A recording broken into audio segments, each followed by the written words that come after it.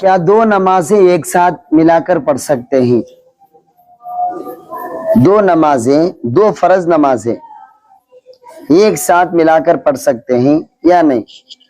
مثلا ظہر اور عصر، یا عصر اور مغرب، یا مغرب اور عشاء، تو دو فرض نمازوں کو ایک ساتھ ملا کر پڑھ سکتے ہیں۔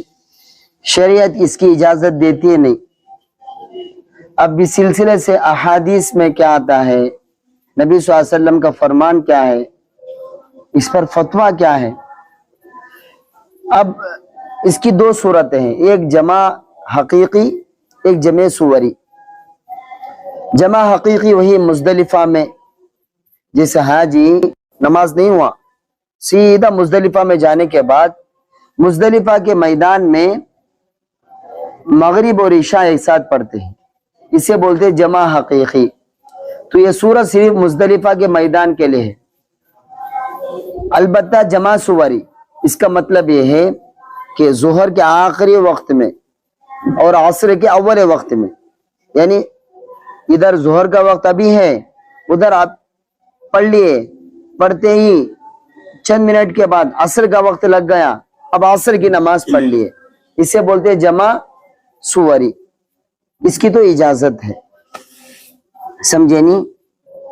تو حدیث میں آتا ہے آپ صلی اللہ علیہ وسلم نے ظہر اور عصر کو ایک ساتھ مدینہ میں ایسے وقت میں ادا کیا جبکہ نہ کوئی خوف تھا نہ سفر تھی۔ ابو زبیر فرماتے میں نے اپنے استاد سعید بن جبیر سے پوچھا کہ ایسا کیوں کیا، لما فعل ذلك، آپ صلی اللہ علیہ وسلم نے ایسا کیوں کیا؟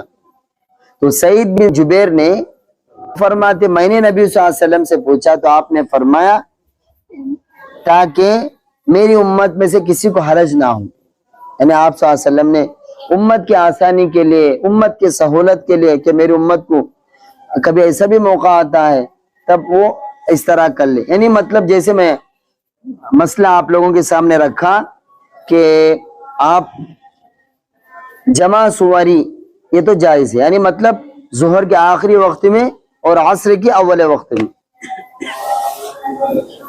ورنہ جمع حقیقی نہیں۔ جمع حقیقی کر دیا تو کیا کرتے لوگ، ہم پورے 5 نمازیں ہیں نا، یا تو صبح کی نمازیں پہلے پڑھ کو سو جاتے، یا کو دن بھر کام کر لے کو رات میں پڑھ لیتے۔